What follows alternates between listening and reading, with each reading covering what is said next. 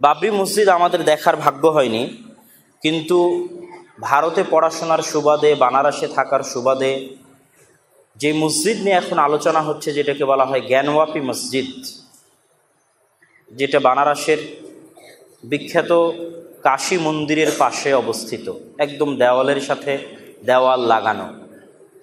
একটাই দেওয়াল যেটা মসজিদের দেওয়াল, একটাই দেওয়াল সেটাই মন্দিরের দেওয়াল। এক পাশে মসজিদ এবং আর এক পাশে মন্দির। দেওয়ালের সাথে দেওয়াল ঘিসে পাশাপাশি মসজিদ এবং মন্দির আছে, এবং এই মসজিদ নিয়ে বহু ইতিহাসও আছে। শুধু আজকে নয়, এর আগেও এই মসজিদকে ভাঙার চেষ্টা হয়েছে। তাদের দাবি হচ্ছে বাদশাহ আলমগীর এখানে আগে মন্দিরই ছিল, সেই মন্দির ভেঙে এই মসজিদটি বাদশাহ আলমগীর তৈরি করেছে। তাই সেই মসজিদকে পুনরায় ভেঙে সেখানে মন্দির তৈরি করা হবে। আর দলিল স্বরূপ এখন যেটা পেশ করা হচ্ছে, যেই ঘটনাকে কেন্দ্র করে মূলত মুহাম্মদ সাল্লাল্লাহু আলাইহি ওয়াসাল্লামের প্রতি কটূক্তি করা হয়েছে, যেটা আমাদের দেশের 90% জনগণের জানার বাইরে। যেহেতু আমাদের পেপার পত্রিকাগুলো এই বিষয়ে কোনো প্রকার লেখালেখি করেনি, বা আমাদের টিভি চ্যানেলগুলো এই বিষয়ে কোনো সংবাদ প্রচার তেমন খুব একটা করেনি। আমরা সকলেই অবগত আছি যে আমাদের পার্শ্ববর্তী দেশের ক্ষমতাসীন দলের জনৈক মহিলা মুখপাত্র মুহাম্মদ সাল্লাল্লাহু আলাইহি ওয়াসাল্লাম এবং তার স্ত্রী উম্মাহাতুল মুমিনিন, মুমিনদের মা আয়েশা রাদিয়াল্লাহু তাআলা আনহা সম্পর্কে জঘন্যতম কটূক্তি করে। সেই পরিপ্রেক্ষিতে সারা পৃথিবীতে উক্ত ঘটনার প্রতিবাদ জানানো হয়। কিন্তু আমরা অনেকেই জানি না যে কোন ঘটনার পরিপ্রেক্ষিতে এই ধরনের ঘটনা ঘটল। দীর্ঘ 1 মাস বা 2 মাস থেকে আমাদের পার্শ্ববর্তী দেশের পরিস্থিতি বানারসের একটি মসজিদকে নিয়ে চরমতম ঘোলাটে, যেটা আমাদের অনেকের অজানার বাইরে। যখন রাসূল সাল্লাল্লাহু আলাইহি ওয়াসাল্লামের প্রতি কটূক্তি হয়েছে, তখন হয়তো সেই বিষয়টা আপনারা জানছি, কিন্তু আসলে কোন ঘটনার পরিপ্রেক্ষিতে এবং কি আলোচনাকে নিয়ে এরকম একটি ঘটনা ঘটল, সেটা কিন্তু আমাদের অনেকের অবগতির বাইরে। আমরা দেখেছি 90-এর দশকে বাবরি মসজিদ ধ্বংস হয়ে যাওয়ার ঘটনা, এবং বাবরি মসজিদের জায়গায় রাম মন্দির তৈরি হওয়ার ইতিহাস, এবং হাইকোর্টের রায়ের মাধ্যমে, সুপ্রিম কোর্টের রায়ের মাধ্যমে ভারতের সেটিকে আইনগত বৈধতা প্রদান। কিন্তু ভারতের মুসলমানেরা এটা কল্পনা করেনি যে বাবরি মসজিদের সিলসিলায় বা বাবরি মসজিদের ধারায় এরকম আরও অগণিত আরও অসংখ্য মসজিদকে ধ্বংস করা হবে, ভাঙ্গা হবে, এবং সেই মসজিদের জায়গায় মন্দির তৈরি করা হবে। এটা ভারতের মুসলমানদের কল্পনার বাইরে ছিল। কিন্তু যারা দূরদর্শী, যারা রাজনীতি সচেতন, তারা এটা আগেই ধারণা করেছিলেন যে এরকম ঘটবে। বাবরি মসজিদ আমাদের দেখার ভাগ্য হয়নি, কিন্তু ভারতে পড়াশোনার সুবাদে, বানারসে থাকার সুবাদে যে মসজিদ নিয়ে এখন আলোচনা হচ্ছে, যেটাকে বলা হয় জ্ঞানওয়াপী মসজিদ, যেটা বানারসের বিখ্যাত কাশী মন্দিরের পাশে অবস্থিত, একদম দেওয়ালের সাথে দেওয়াল লাগানো। একটাই দেওয়াল যেটা মসজিদের দেওয়াল, একটাই দেওয়াল সেটাই মন্দিরের দেওয়াল। এক পাশে মসজিদ এবং আর এক পাশে মন্দির। দেওয়ালের সাথে দেওয়াল ঘিসে পাশাপাশি মসজিদ এবং মন্দির আছে, এবং এই মসজিদ নিয়ে বহু ইতিহাসও আছে। শুধু আজকে নয়, এর আগেও এই মসজিদকে ভাঙার চেষ্টা হয়েছে। তাদের দাবি হচ্ছে বাদশাহ আলমগীর এখানে আগে মন্দিরই ছিল, সেই মন্দির ভেঙে এই মসজিদটি বাদশাহ আলমগীর তৈরি করেছে। তাই সেই মসজিদকে পুনরায় ভেঙে সেখানে মন্দির তৈরি করা হবে। আর দলিল স্বরূপ এখন যেটা পেশ করা হচ্ছে, যেই ঘটনাকে কেন্দ্র করে মূলত মুহাম্মদ সাল্লাল্লাহু আলাইহি ওয়াসাল্লামের প্রতি কটূক্তি করা হয়েছে, যেটা আমাদের দেশের 90% জনগণের জানার বাইরে। যেহেতু আমাদের পেপার পত্রিকাগুলো এই বিষয়ে কোনো প্রকার লেখালেখি করেনি, বা আমাদের টিভি চ্যানেলগুলো এই বিষয়ে কোনো সংবাদ প্রচার তেমন খুব একটা করেনি। সেটা হচ্ছে ওই মসজিদের মধ্যে একটি কমিটি গঠন করে মসজিদের মধ্যে তল্লাশি চালানোর অনুমতি দেয় ভারতের কোর্ট, যে মসজিদের মধ্যে অনুসন্ধান করা হোক মন্দিরের কোনো আলামত পাওয়া যায় কিনা। এবং সেই তল্লাশি কমিটি মসজিদের মধ্যে অনুসন্ধান করতে গিয়ে সবচেয়ে বড় যে আলামতটি যেটা নিয়ে সারা ভারতে তোলপাড়, সেটা হচ্ছে মসজিদের ওযুখানার মধ্যে মুসলমানদের দাবি অনুযায়ী পানির ঝর্ণা বা পানির ফোয়ারা, যেটাকে উর্দুতে বলছে ফোয়ারা, আমরা বলি ঝর্ণা, সেই ঝর্ণার মতো একটা বড় পাথর পাওয়া গেছে, যেটা দেখতে শিবলিঙ্গের মতো।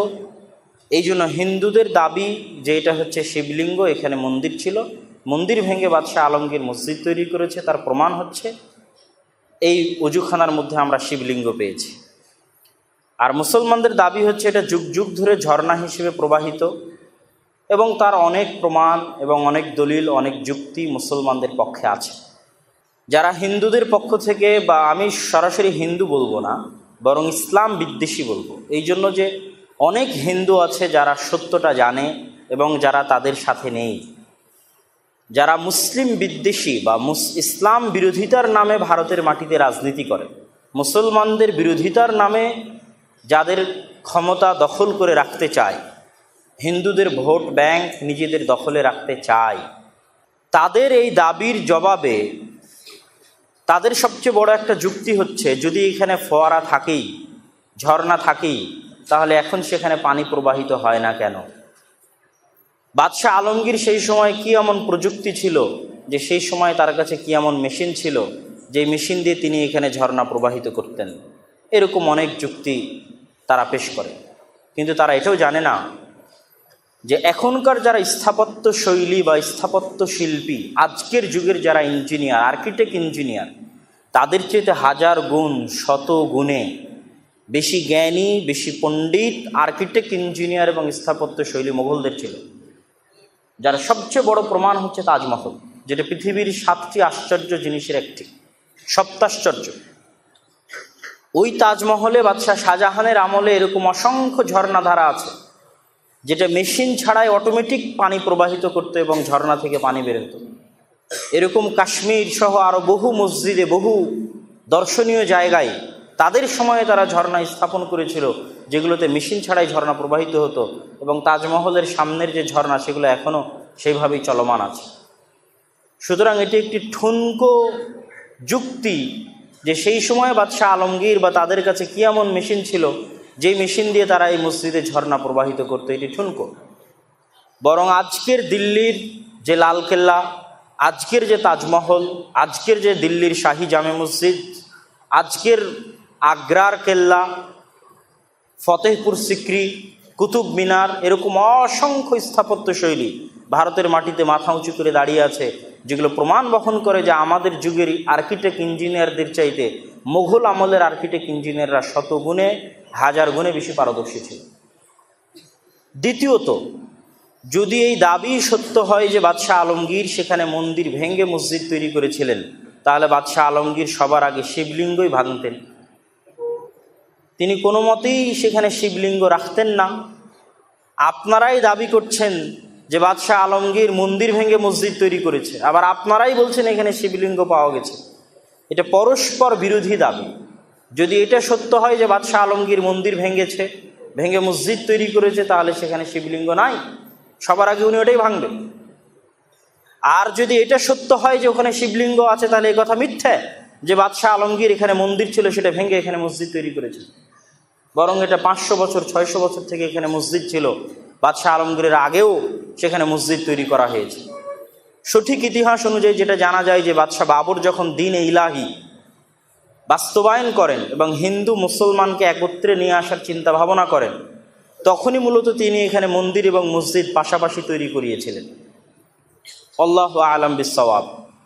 সম্মানিত উপস্থিতি, এই ঘটনার পরিপ্রেক্ষিতেই মূলত একটি তর্ক বিতর্ক অনুষ্ঠানে বিজেপির মুখপাত্র রাসূল সাল্লাল্লাহু আলাইহি ওয়াসাল্লামের প্রতি কটূক্তি করে। তো এটা ভালো খবর যে সেই কটূক্তির প্রতিবাদ হচ্ছে, কিন্তু ভয়ঙ্কর খবর হচ্ছে এটা যে সারা বিশ্বের মানুষ জানে না যে আজকে ভারতের মাটিতে মুসলমানদের উপর কী ধরনের অত্যাচার, কী ধরনের নির্যাতন, এবং মুসলমানদের সকল প্রকার নাম নিশানা, ঐতিহাসিক চিহ্ন ভারতের মাটি থেকে মিটিয়ে দেওয়ার গভীর ষড়যন্ত্র রচনা করা হচ্ছে। প্রত্যেকটা ঐতিহাসিক মসজিদের সাথে মন্দিরের দাবি উত্তোলন করা হচ্ছে। মুসলমানদের প্রত্যেকটা ঐতিহাসিক স্থাপত্যের সাথে সেখানে কোনো এক সময় মন্দির ছিল, কোনো এক সময় কিছু ছিল, এই ধরনের দাবি উত্থাপন করা হচ্ছে। মথুরার শাহী ঈদগাহ, সেখানেও দাবি করা হচ্ছে যে সেটা মন্দির ভেঙে মসজিদ তৈরি করা হয়েছে, অথচ 500 বছরের মসজিদ, সেটাও তারা ভাঙতে চাচ্ছে। তাদের দাবি অনুযায়ী এরকম কয়েক লক্ষ মন্দির মোগলদের আমলে ভাঙা হয়েছে, তাই তারা কয়েক লক্ষ মসজিদ ভাঙবে। এ কথা মানুষ জানে না। তাজমহলের ক্ষেত্রে দাবি করা হচ্ছে যে তাজমহল বাদশাহ শাহজাহান এমন এক হিন্দু বাদশার কাছ থেকে কিনেছিলেন তার কাছে ক্রয়ের কোনো দলিল ছিল না এবং তাকে তিনি ক্রয় মূল্যে কিছু দান করেননি, সুতরাং তাজমহলের মালিক এখন তারা। এই জন্য তাজমহলের বদ্ধ 19টি দরজা খুলে দেখা হবে সেখানে হিন্দুদের মূর্তি আছে কিনা। কুতুব মিনারে দাবি করা হচ্ছে এটা কুতুব মিনার ছিল না, বরং এখানে মন্দির ছিল, অতএব কুতুব মিনার ভেঙে সেখানে মন্দির তৈরি করা হবে। এক কথায় মুসলমানদের ইতিহাস এবং ঐতিহ্যের চিহ্ন বহন করে এরকম যা কিছু ভারতের মাটিতে আছে সব কিছুকে ভেঙে, এবং যে সমস্ত নাম মুসলমানদের দেওয়া আছে। আমি ভারতে সফর করেছি, মোগল সরাই বিশাল ট্রেন স্টেশন ছিল, বড় পুরাতন শহর মোগল সরাই ট্রেন স্টেশনের নাম পরিবর্তন করে দেওয়া হয়েছে। ওই নামের সাথে মুঘলদের নাম জড়িত ছিল, তাই সেখানে নাম দেওয়া হয়েছে প্রয়াগরাজ। এরকম গুজরাতের একটি বিরাট শহর আহমেদাবাদের নাম পরিবর্তন করা হবে। আহমেদাবাদে শুয়ে আছেন বাদশাহ আলমগীর, তার কবর আছে আহমেদাবাদে। এরকম মুসলমানদের দেওয়া যত নাম, যে সমস্ত রোডের নাম আছে মুসলমানদের নামে, বাদশাহ শাহজাহান রোড, বাদশাহ বাবর রোড, বাদশাহ আলমগীর রোড, পুরাতন দিল্লিতে এরকম অসংখ্য রাস্তার নাম আছে মুসলমান বাদশার নামে, সবগুলো রোডের নাম পরিবর্তন করা হবে। এক কথায় মুসলমানদের ইতিহাস এবং ঐতিহ্য যা ছিল ভারতের মাটিতে সব সমূল্যে নিঃশেষ করার এক গভীর ষড়যন্ত্র।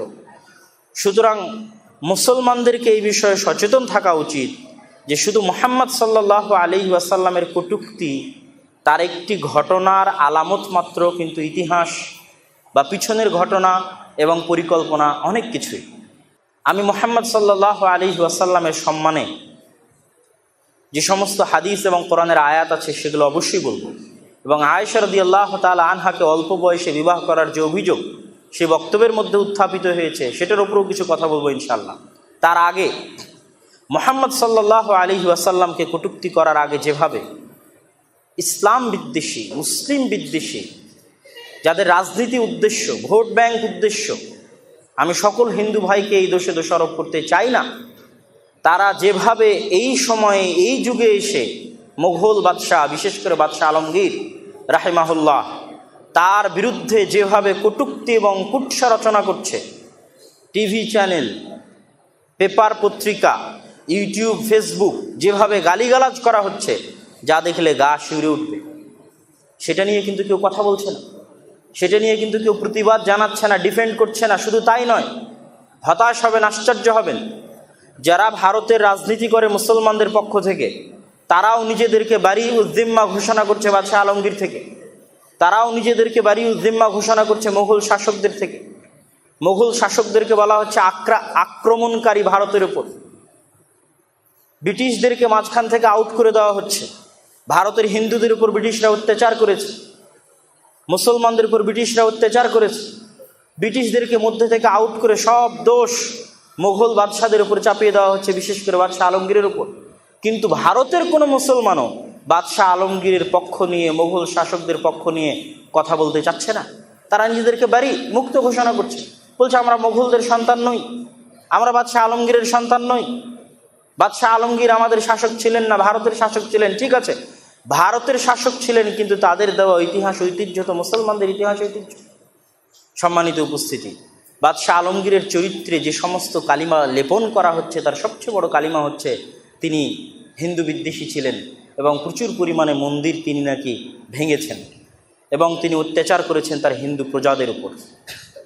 এগুলো সবই হচ্ছে ডাহা, মিথ্যা অপবাদ। বরং মোঘল শাসন আমলে যে সমস্ত রাজা এবং বাদশাহ নিজেদের রাজত্ব শাসন করেছিলেন, তাদের মধ্যে সবচেয়ে ন্যায়পরায়ণ, সবচেয়ে সৎ, সবচেয়ে উন্নত চরিত্রের, সবচেয়ে ধর্মপরায়ণ, সবচেয়ে ধর্মভীরু কোনো শাসক যদি এসে থাকে, তিনি আর কেউ নন, তিনি আওরঙ্গজেব বা বাদশাহ আলমগীর রাহিমাহুল্লাহ। তিনি কোরআনের হাফেজ ছিলেন, আলেম ছিলেন। ফতাওয়ায়ে আলমগীরির মতো বিশাল ফতোয়া গ্রন্থ লেখার পিছনে তার একক ভূমিকা অনস্বীকার্য। তিনি রাজস্ব থেকে, সরকার থেকে কোনো অর্থ গ্রহণ করতেন না। টুপি সেলাই করে, টুপি বিক্রি করে সেই টুপির অর্থ দিয়ে নিজের সংসার পরিচালনা করতেন। কোরআন নিজে হাতে লিখতেন, নিজে হাতে লেখা কোরআন বিক্রি করে সে অর্থ দিয়ে নিজের সংসার পরিচালনা করতেন। আর ভালো মানের হাফেজ হওয়া ছাড়া কোরআন লেখা সম্ভব নয়। কত ভালো মানের হাফেজ হলে তিনি কোরআন লিখতে পারতেন। এত বড় বিশাল রাজত্ব পরিচালনা করার পরেও, কত বড় বিশাল রাজত্ব, গোটা ভারতের অতীতে বর্তমানে, অতীতে একদম হিন্দুদের শাসনামল থেকে শুরু করে সুলতান মাহমুদ গজনবী, মোহাম্মদ ঘুরি, আলাউদ্দিন খিলজি থেকে শুরু করে মুঘল পর্যন্ত এই দীর্ঘ সময়ে কেউই এত বিশাল সাম্রাজ্যের এত দীর্ঘকাল যাবৎ শাসন করার সৌভাগ্য অর্জন করেনি। 51 বছর যাবৎ শাসন করেছে বাদশাহ আলমগীর ভারত, এবং আফগানিস্তান থেকে নিয়ে আরাকান পর্যন্ত, এবং হিমালয় পর্বত থেকে নিয়ে একদম দক্ষিণ ভারত পর্যন্ত এই বিশাল এরিয়া, এত বড় এরিয়া তার পূর্বে এবং তারপরে আজ পর্যন্ত কোনো শাসক, কোনো বাদশাহ এত দীর্ঘকাল যাবৎ শাসন করেনি। 51 বছর যাবৎ তিনি শাসন করেছেন। তার শাসনের ন্যায়পরায়ণতা, তার শাসনের কল্যাণকর দিক এত বেশি ছিল যে বাদশাহ আলমগীরের আমলে গোটা পৃথিবীর 5 ভাগের 1 ভাগ জিডিপি, গোটা পৃথিবীতে যা সম্পদ ছিল তার 5 ভাগের 1 ভাগ সম্পদ শুধু ভারতে ছিল।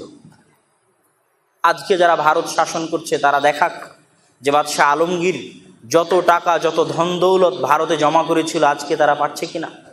যত উন্নত, যত ধনী, যত ন্যায়পরায়ণতার শাসন বাদশাহ আলমগীর প্রতিষ্ঠা করেছিল তারা আজকে পারছে কিনা? পারছে না, পারবে না। কিন্তু সকল দোষ বাদশাহ আলমগীরের উপর চাপানো হচ্ছে তার, শুধু তিনি ইসলাম ভীরু এবং ধর্মপরায়ণ, ন্যায়পরায়ণ শাসক ছিলেন বলে। কিন্তু বাদশাহ আলমগীরের হিন্দু বিদ্বেষ কতটুকু সত্য? বাদশাহ আলমগীর তার দীর্ঘ শাসন আমলে দুইজন হিন্দু সেনাপতিকে প্রধান সেনাপতি করেছিলেন। একজনের নাম হচ্ছে যশবন্ত সিংহ, আর একজনের নাম হচ্ছে জয় সিংহ। যদি তিনি হিন্দু বিদ্বেষী হতেন তাহলে দুইবার তার প্রধান সেনাপতিকে তিনি হিন্দু করতেন না। যেই বাদশাহ আকবরকে ভারতের যারা মুসলিম বিদ্বেষী তারা সবচেয়ে বেশি পছন্দ করে এবং ভালোবাসে, এবং মনে করে যে তিনি হিন্দু ধর্মের লোকদেরকে অনেক বেশি ভালোবাসতেন, তার শাসন আমলে, তার রাজত্বে উচ্চ পদস্থ কর্মকর্তা হিন্দু ছিল মাত্র 12 জন। সেখানে বাদশাহ আলমগীরের শাসন আমলে উচ্চ পদস্থ হিন্দু কর্মকর্তা ছিল 148 জন। বাদশাহ আলমগীরকে বলা হচ্ছে যে তিনি হিন্দুদের মন্দির ভেঙেছে, অথচ অনেক মন্দির তৈরিতে বাদশাহ আলমগীরের অর্থ রয়েছে, জমিদান রয়েছে, এবং বহু বাদশাহী ফরমান রয়েছে হিন্দুদের মন্দির যেন ভাঙ্গা না হয় সেই মর্মে।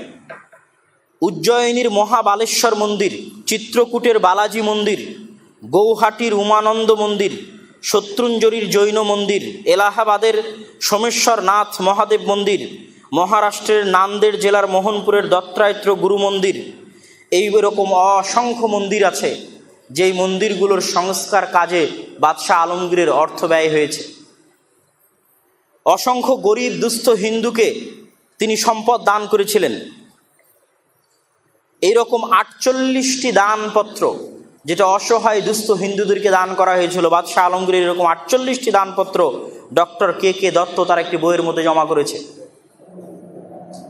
1659 খ্রিস্টাব্দের 10ই মার্চ বানারস শহরের মন্দির সংক্রান্ত একটি ফরমানে বাদশাহ আলমগীর বলেন, প্রজাদের উপকার সাধন এবং নিম্ন সকল সম্প্রদায়ের উন্নতি সাধন আমাদের কর্তব্য।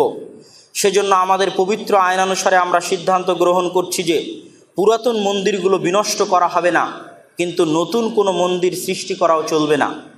আর অন্যায়ভাবে কোনো ব্রাহ্মণ বা তাদের ব্যাপারে হস্তক্ষেপ বা হামলা করা চলবে না। তারা যেন আগের মতো নিজ নিজ কাজে নিযুক্ত থাকতে পারে, অথবা আমাদের আল্লাহ প্রদত্ত সাম্রাজ্যের স্থায়িত্বের জন্য সুস্থ মনে প্রার্থনা করতে পারে।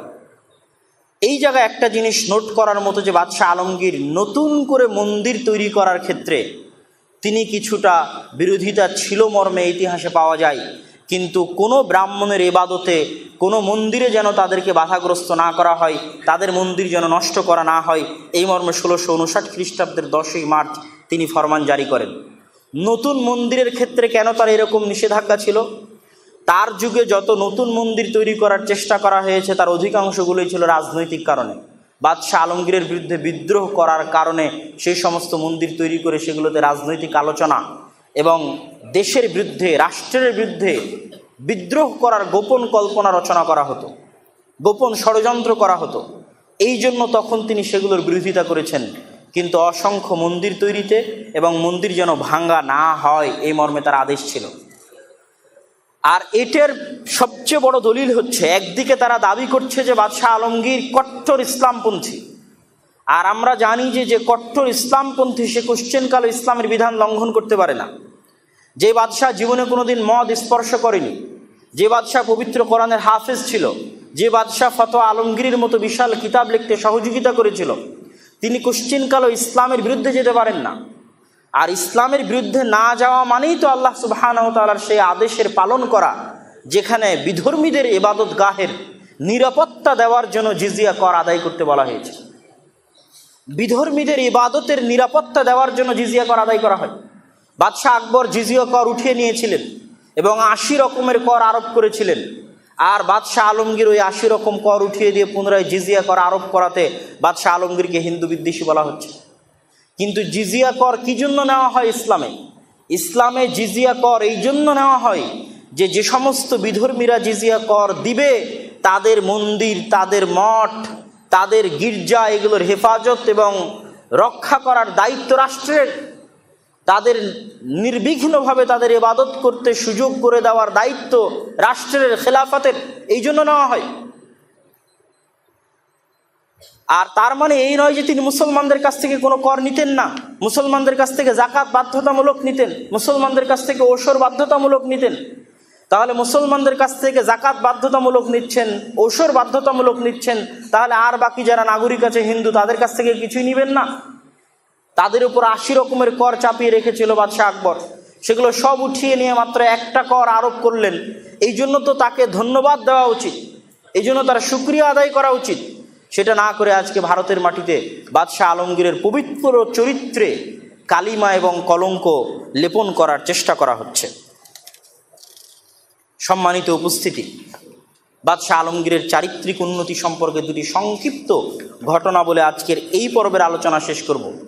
একটি সংক্ষিপ্ত ঘটনা আমাদের দেশের বিভিন্ন বই পুস্তকে আমরা ছোটবেলায় পড়েছি। বাদশাহ আলমগীর কুমারে তাহার পড়াইতো মৌলভী এক দিল্লি। এই কবিতা পড়েননি এরকম বাংলা ভাষাভাষী পাঠক খুব কমই আছে। এই কবিতায় বাদশাহ আলমগীরের উন্নত চরিত্রের প্রমাণ পাওয়া যায়। তার সন্তানকে পড়ানোর জন্য, রাজপুত্রকে পড়ানোর জন্য মৌলভী দিল্লির একজন মৌলানা মানুষ এসে পড়াতেন। একদিন বাদশাহ আলমগীর দেখছে যে তার সন্তান উস্তাদের পা ধুয়ে দিচ্ছে, কিন্তু শুধু পানি ঢালছে, হাত দিয়ে স্পর্শ করে পা ধুয়ে দিচ্ছে না। এই দৃশ্য বাদশাহ আলমগীর দেখলে শিক্ষক উস্তাদ ভীত সন্ত্রস্ত হয়ে যান। ভীত সন্ত্রস্ত হয়ে তিনি চিন্তিত হয়ে যান, না জানে আজকে তার কি হবে। বাদশাহ আলমগীর তাকে দরবারে ডেকে পাঠান। ডেকে পাঠিয়ে তাকে বলেন যে আপনি আমার সন্তানকে আদব শিক্ষা দেননি। আদব শিক্ষা দেয়নি মানে আপনি আমার সন্তানকে আদব শিক্ষা দেননি যে ওস্তাদের পায়ে শুধু পানি ঢেলে দিতে হয় না, বরং নিজে হাত দিয়ে ওস্তাদের পা ধৌত করে দিতে হয়। আদব আপনি কেন তাকে শিক্ষা দেননি? এরকম উন্নত মহা চরিত্রের অধিকারী ছিলেন বাদশাহ আলমগীর। তার এরকম অসংখ্য ঘটনা আছে তার চরিত্রের উন্নতির প্রমাণ হিসেবে পেশ করা যাবে। সম্মানিত উপস্থিতি, সময় যেহেতু সংক্ষিপ্ত সেহেতু আমি সেই দিকে যাচ্ছি না।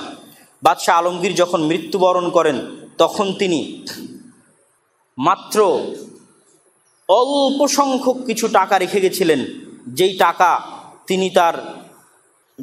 তিনি তার প্রজাদের মধ্যে ব্যয় করার জন্য ওসিয়তনামা করে গেছিলেন।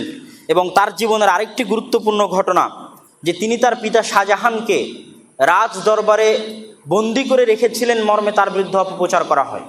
কিন্তু রাজ দরবারে তো আর বন্দি করে রাখা যায় না। তিনি তার পিতাকে যেই কাজ থেকে বিরত রেখেছিলেন সেটা হচ্ছে তার বাবা শাহজাহান তাজমহল নির্মাণ করার পর তাজমহলের বিপরীতে, তাজমহল শুভ্র আকৃতির, তাজমহলের বিপরীতে কৃষ্ণ কালো আকৃতির আরেকটা তাজমহল তৈরি করার সিদ্ধান্ত নিয়েছিলেন। এবং কোটি কোটি লক্ষ লক্ষ টাকা ব্যয় করে আরেকটি তাজমহল তৈরি করা হলে ভারতের রাজস্ব কোষাগার খালি হয়ে যেত, দারিদ্রতায় গোটা দেশ ছেয়ে যেত। যেন এরকম ভয়ঙ্কর সিদ্ধান্ত বাস্তবায়িত না হয়, এই সিদ্ধান্ত থেকে বিরত তিনি তার পিতাকে রেখেছিলেন। এটা ভারতের কল্যাণে করেছিলেন, কিন্তু এই বিরত রাখাকে তার চরিত্রের উপর কালিমা লেপন হিসেবে পেশ করা হচ্ছে। শামসুল উলামা জাকাউল্লাহ দেহলভী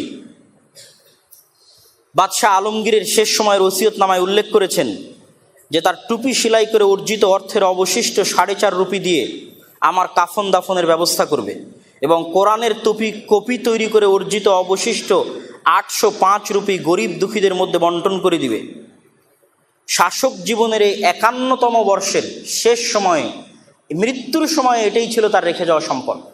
4.5 রুপি ছিল টুপি বিক্রি করা থেকে, আর 800 রুপি ছিল কোরআনের কপি করে বাজারে বিক্রি করা থেকে। এরকম মহান একজন ধর্মভীরু, ধর্মপরায়ণ, ন্যায়পরায়ণ শাসকের বিরুদ্ধে এই অভিযোগ আরোপ করা হচ্ছে যে তিনি বানারসের মন্দির ভেঙে সেখানে মসজিদ তৈরি করেছেন, আর আজকে সেই মসজিদকে ভেঙে মন্দির তৈরি করা হবে। আল্লাহ সুবহানাহু তাআলা ভারতের মুসলমানদের এবং এই সমস্ত ন্যায়পরায়ণ শাসক এবং বাদশাদের রেখে যাওয়া ইতিহাস এবং ঐতিহ্যকে মুসলমানদের সন্তানকে ধারণ করার তৌফিক দান করুন, আল্লাহুম্মা আমিন। এবং ভারতের মুসলমানদের গর্ব করে বলা উচিত যে বাদশাহ আলমগীর আমাদের বাদশাহ ছিলেন, আমাদের শাসক ছিলেন, আমাদের পূর্বপুরুষ ছিলেন, এবং এটা শক্তভাবে গর্ব করে বলা উচিত। আজকে ভারতের মাটিতে সবই তাদের রেখে যাওয়া। আজকেও ভারতের মাটিতে যেখানে জাতীয় পতাকা উত্তোলন করা হয়, স্বাধীনতা দিবস উদযাপন করা হয়, বিজয় দিবস উদযাপন করা হয়, সকল অনুষ্ঠান সম্পূর্ণ করা হয়, সেই লালকেল্লা মোগলদের তৈরি করা। সম্মানিত উপস্থিতি, যেই তাজমহল দেখিয়ে সারা পৃথিবীর কাছে কোটি কোটি টাকা ইনকাম করছে। যত পর্যটক ভারতে আসে তার 80 থেকে 90% পর্যটক তাজমহল দেখার জন্য আসে। সেটাও মুঘল আমলের মুসলমান শাসকদের তৈরি করা, যদিও সেটা তৈরি করা ইসলামের দৃষ্টিতে জায়েজ নয়, কিন্তু তারপরেও তারা মুসলমানদের তৈরি করা জিনিস থেকেই নিজেদের ইনকাম, নিজেদের শাসন কার্য সব কিছু পরিচালনা করছে, আর মুসলমানদের বিরুদ্ধে বিরোধিতা করছে। এটা খুবই হতাশাজনক। আর একটা সবচেয়ে দুঃখ লাগে, আমি যত দেশ ভ্রমণ করেছি, কোনো দেশের মুসলমানদেরকে সেই দেশকে এত বেশি ভালোবাসে, অথচ ওই দেশের শাসক মুসলমান নয় তারপরেও, অথচ ওই দেশের শাসন ক্ষমতায় মুসলমানেরা নাই তারপরেও ওই দেশকে ওই দেশের মুসলমানেরা ভালোবাসে। এই ভালোবাসার দিক থেকে ভারতের মুসলমানদের চাইতে এগিয়ে কেউ নাই। ইংল্যান্ড বলেন, আমেরিকা বলেন, জার্মান বলেন, ফ্রান্স বলেন, যেগুলোতে মুসলমানেরা বসবাস করে, তাদের শাসক মুসলিম নয়, কিন্তু তারা জার্মানকে, ইংল্যান্ডকে, আমেরিকাকে আমেরিকার মুসলমানেরা যতটা না বেশি ভালোবাসে। এরকম যত অমুসলিম দেশ আছে, ওই অমুসলিম দেশে বসবাস করা মুসলমানেরা ওই অমুসলিম দেশকে যতটা না ভালোবাসে, তার চেয়ে বেশি ভারতের মুসলমানেরা ভারতকে ভালোবাসে। এই জন্য তাদের কাছে অপশন থাকার পরে 1947 সালে তাদের কাছে অপশন ছিল যে তারা পাকিস্তানে চলে যাবে, বাংলাদেশে চলে আসবে। এই অপশন থাকার পরও তারা ভারতের মাটিকে পরিত্যাগ করেনি। ভারতে মুসলমানদের ঐতিহ্যের ভালোবাসায় তারা পরিত্যাগ করেন। আজকে এই দেশকে যে সমস্ত মুসলমানেরা জান পরাণ দিয়ে ভালোবাসে, সেই মুসলমানদের উপরে অভিযোগ উত্থাপন করা হচ্ছে যে তারা দেশদ্রোহী, তারা দেশকে ভালোবাসে না। সবচেয়ে আশ্চর্যের বিষয় হচ্ছে 1757 সালে পলাশীর প্রান্তরে যখন সিরাজউদ্দৌলার পতন হয় এবং তারপর থেকে ব্রিটিশ ইস্ট ইন্ডিয়া কোম্পানির যে শাসন শুরু হয়, মনে রাখতে হবে যে এই শাসনের পতন মুসলমানদের পতন ছিল, মুঘল সাম্রাজ্যের পতন ছিল। এই জন্য ব্রিটিশদের কারণে সবচেয়ে বেশি কষ্ট মুসলমানেরা পেয়েছিল। এই জন্য ব্রিটিশদের বিরুদ্ধে সবচেয়ে বেশি জিহাদ, সবচেয়ে বেশি রক্ত, সবচেয়ে বেশি প্রাণ মুসলমানেরা ঝরিয়েছে। এই জন্য যে মুসলমানদের কাছ থেকে ছিনিয়ে নেওয়া হয়েছে শাসন ক্ষমতা। 1857 সালের যেটাকে সিপাহী বিপ্লব বলা হয়, এটা সিপাহী বিপ্লব নয়, বরং সিপাহী বিদ্রোহ নয়, বরং সর্বভারতীয় বিপ্লব। বাহাদুর শাহ জাফর যে বিপ্লবের নেতৃত্ব দিয়েছিলেন, এই বিপ্লবের নেতৃত্ব দেওয়ার কারণে হাজার হাজার লক্ষ লক্ষ মুসলমানকে ব্রিটিশরা হত্যা করেছে। বাহাদুর শাহ জাফরের 2 সন্তানকে জবাই করে তার মাথা বাহাদুর শাহ জাফরের দরবারে পেশ করা হয়েছে। বাহাদুর শাহ জাফরকে আরাকানের রেঙ্গুনে নির্বাসনে পাঠানো হয়েছে, সেখানেই তিনি নিহত হয়েছে। ব্রিটিশদের বিরুদ্ধে সর্বপ্রথম জিহাদের ঘোষণা শাহ ইসমাইল শহীদ সৈয়দ আহমদ ব্রেলভি দিয়েছে। এই যে মুসলমানদের দীর্ঘ আন্দোলন, ব্রিটিশদের বিরুদ্ধে স্বাধীনতা আন্দোলন, যেটা 1947 সালে 14ই আগস্ট পাকিস্তান, বাংলাদেশ এবং 15ই আগস্ট ভারত যে স্বাধীনতা লাভ করে, এই স্বাধীনতার পিছনে সবচেয়ে বেশি অবদান মুসলমানদের ছিল, সবচেয়ে বেশি রক্ত মুসলমানদের গেছে। আর আজকে সেই মুসলমানদেরকে ভারতে দেশদ্রোহী, রাষ্ট্রদ্রোহী বলা হচ্ছে। এর চেয়ে বড় মিথ্যাচার, এর চেয়ে বড় ইতিহাসের অন্যায় এবং জঘন্যতম ঘটনা পৃথিবীর ইতিহাসে আর হতে পারে না। এবং দিন শেষে এর ক্ষতি ভারতের হবে। এই ধরনের প্রচারণার ক্ষতি ভারতের হবে। কি জন্য হবে? বাংলাদেশের চেয়ে বেশি মুসলমান ভারতে বসবাস করে, পাকিস্তানের চেয়ে বেশি মুসলমান ভারতে বসবাস করে। সত্যিকার যদি গণনা হয় তাহলে দেখা যাবে সারা পৃথিবীর সবচেয়ে বেশি মুসলমান ভারতে বসবাস করে। কোনোদিন যদি সত্যিকার আদমশুমারি হয়, গণনা করা হয়, তাহলে সারা পৃথিবীর সকল মুসলিম দেশের চেয়ে সবচেয়ে বেশি মুসলমান ভারতে বসবাস করে। এত বিশাল জনসংখ্যাকে একটা দেশে যদি দ্বিতীয় শ্রেণীর নাগরিক বানিয়ে দেওয়া হয়, তৃতীয় শ্রেণীর নাগরিক বানিয়ে দেওয়া হয়, তাদের বিরুদ্ধে বিদ্বেষ পোষণ করতে যদি বানিয়ে দেওয়া হয়, ওই দেশ কোশ্চিনকালে উন্নত হতে পারবে না। এবং ওই দেশের ধ্বংস হওয়ার জন্য এই একটা কারণই যথেষ্ট, যেটা ভারতের যারা বিজ্ঞ মানুষ তাদের বোঝা উচিত। মুঘল বাদশাহ আলমগীরের শাসন আমলে তার দরবারে 148 জন উচ্চপদস্থ হিন্দু ছিল। আজকে বাদশাহ আলমগীরকে হিন্দু বিদ্বেষী বলা হচ্ছে।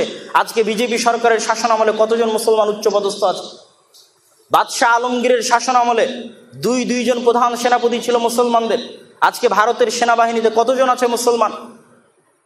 কতজন ডাক্তার মুসলমান আছে? কতজন ইঞ্জিনিয়ার মুসলমান আছে? কতজন সরকারি চাকরিজীবী মুসলমান আছে? তাহলে বাদশাহ আলমগীর, মুঘল শাসকরা হিন্দু বিদ্বেষী, না আজকের যারা ক্ষমতায় আছে তারা ইসলাম বিদ্বেষী?